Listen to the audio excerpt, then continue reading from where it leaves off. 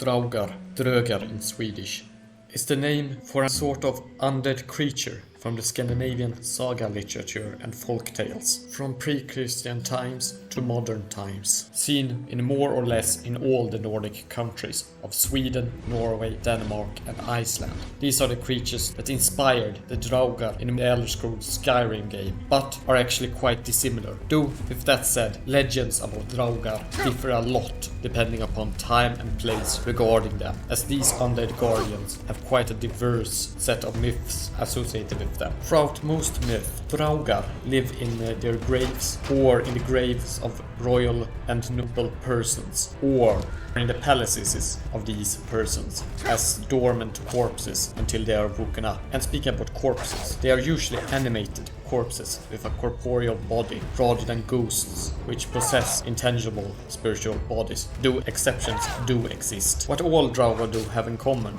are that they have sworn to be guarding the treasure buried with them in the burial mounds or in the palaces of important persons, or they have sworn to protect a place or a certain person or family line who they will act as guardians for, looking after them from the afterlife. And thus they will be attacking grave robbers and or people that have either wronged them or the families that they have sworn in life to protect and now protect in undeath. Also, they will attack people as revenge for getting killed, as there is a lot of overlap with other gengångare, which are undead that return to life to take revenge in a lot of Draugar myths. Draugar are described as either helblar, dödsblå, which is death blue or deathly blue, or narföller, likblek, which is corpse pale, and also as being somewhat bloated, and as having long nails or claws usually, and of reeking of the most pungent and terrible smell of death, of being a rotting corpse that still lives and appears to be rotting away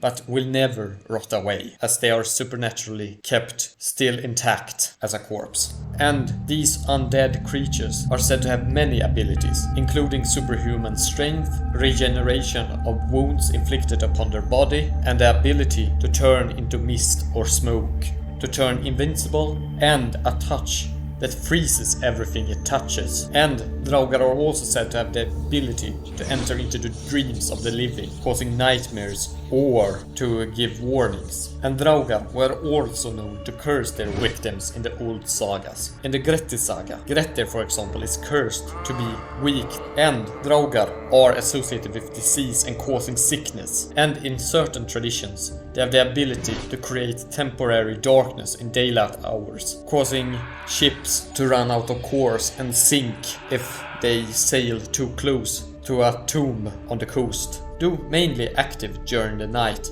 Draugar are not vulnerable to sunlight like some other undead. And it is also said that animals that are feeding near the grave of a Draugar and or the areas that a Draugar is said to protect might be driven mad by the presence of the Draugar and die or flee in panic. And in certain traditions, Draugar can sometimes also control animals, making them do their bidding and attacking their owners if they have let the animals too close to the graves that they protect. Draugar are also said to be able to change their size and become almost giant-like, or at least as big as an ox. Sometimes this is more directly described as being bloated like an ox, as can be seen in Arvidsson Saga. But maybe the most horrifying aspect that is also reoccurring is the Draugar's ability to spread their undead state, and this is an ability that has even survived into modern day.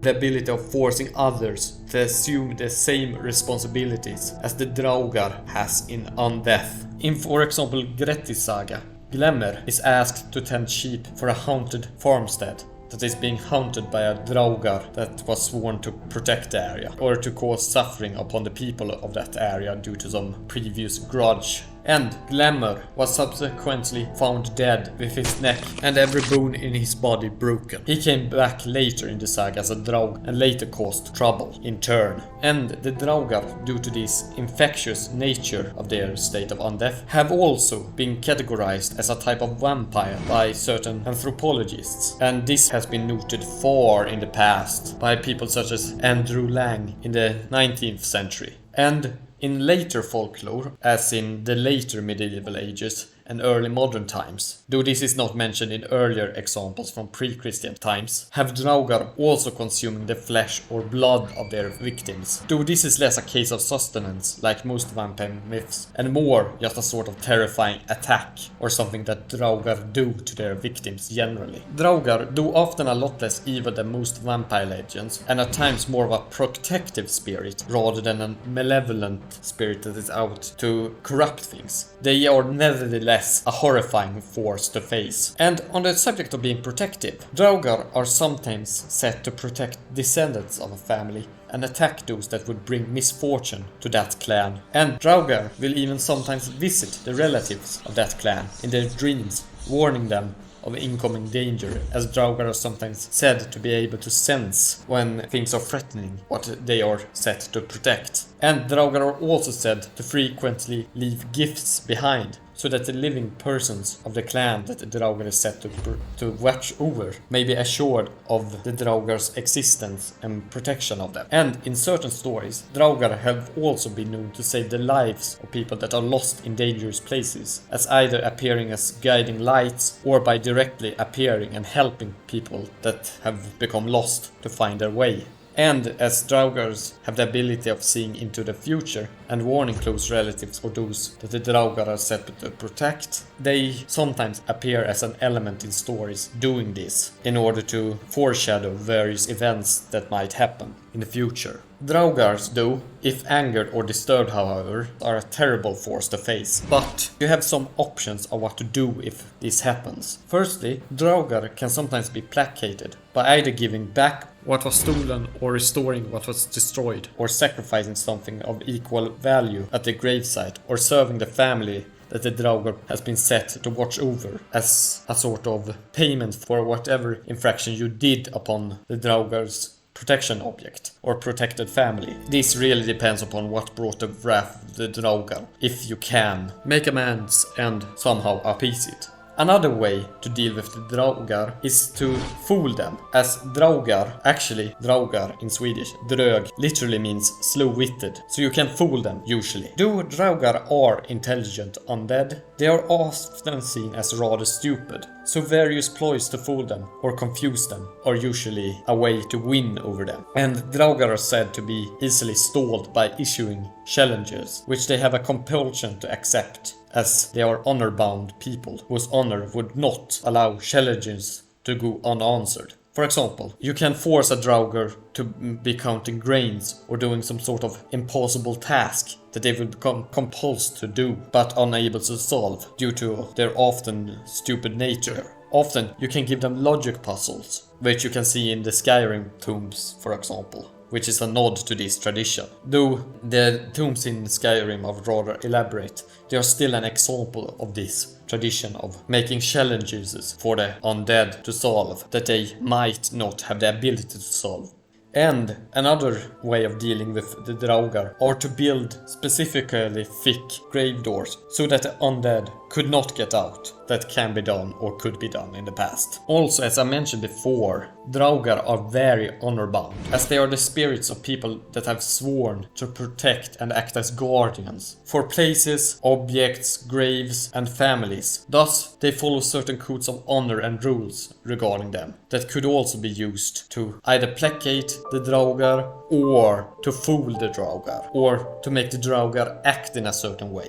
Though it should be pointed out that in Icelandic folklore it is the opposite, as mean, nasty or greedy persons are more likely to become Draugar, as Ármann Jakobsson notes. Most medieval Icelandic ghosts are evil or marginal people. If not dissatisfied or evil, they are unpopular. It should also be mentioned that though the original Draug or Drög that have sworn to protect a place might be honor-bound, the later ones, turned by the original Draug, are often grave robbers or people with other sorts of ill intent. There is also the fact that the Icelandic tales also sees it as a kind of a glorious thing for heroes to go to the tombs of other clans to rob them, to prove personal strength and to prove the clan's strength versus other clans, and the Draugar are thus just obstacles to be gloriously overcome in these tales. And in contrast, in the Eastern Nordic traditions, this sort of grave robbing was not seen in the same way, and thus Draugar became more of a good thing in Eastern Nordic traditions.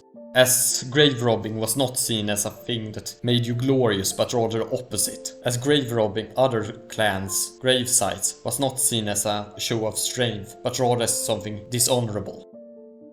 Though Draugar can also be bound to evil lords and services and carry out evil things, just because you are honor bound and have sworn honor to someone does not mean that the master needs to be good. And in fact, the Nazgul and or Borrowites in The Lord of the Rings are sometimes in various Nordic translations of J.R.R. Tolkien's works, sometimes translated as Draugar, because they are similar in concept as being spirits bound to a lord or object and to carry out their honor-bound will. In any case, a Draugar problem could also be rectified with the permanent destruction of the Draugar as another way to deal with them. And these could include going to the corpse to decapitate it, or to burn the body and dump the ashes in the sea, or ram iron stakes or nails through the body. And pure iron was to be used, as it was seen as one of the few things that could injure a Draugar permanently, or weaken it by its contact with the Draugar. And in the Saga of Grettir the Strong, he goes down in a burial mound of a Draugar to retrieve the treasure that was guarded by the Draugar, and ends up cutting off the head and placing it against the buttocks of the Draugar.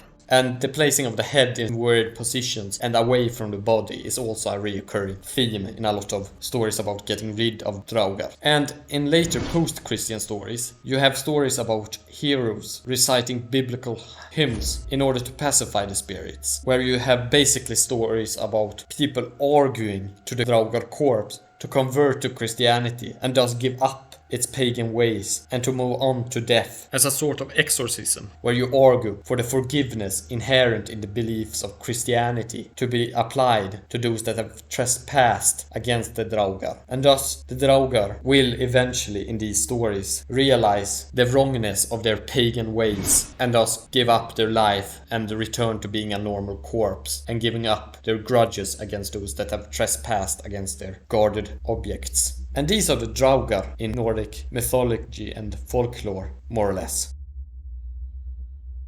Please do subscribe, as it would help the channel spread awareness about the humanities. اشتركوا بالقناة من فضلكم.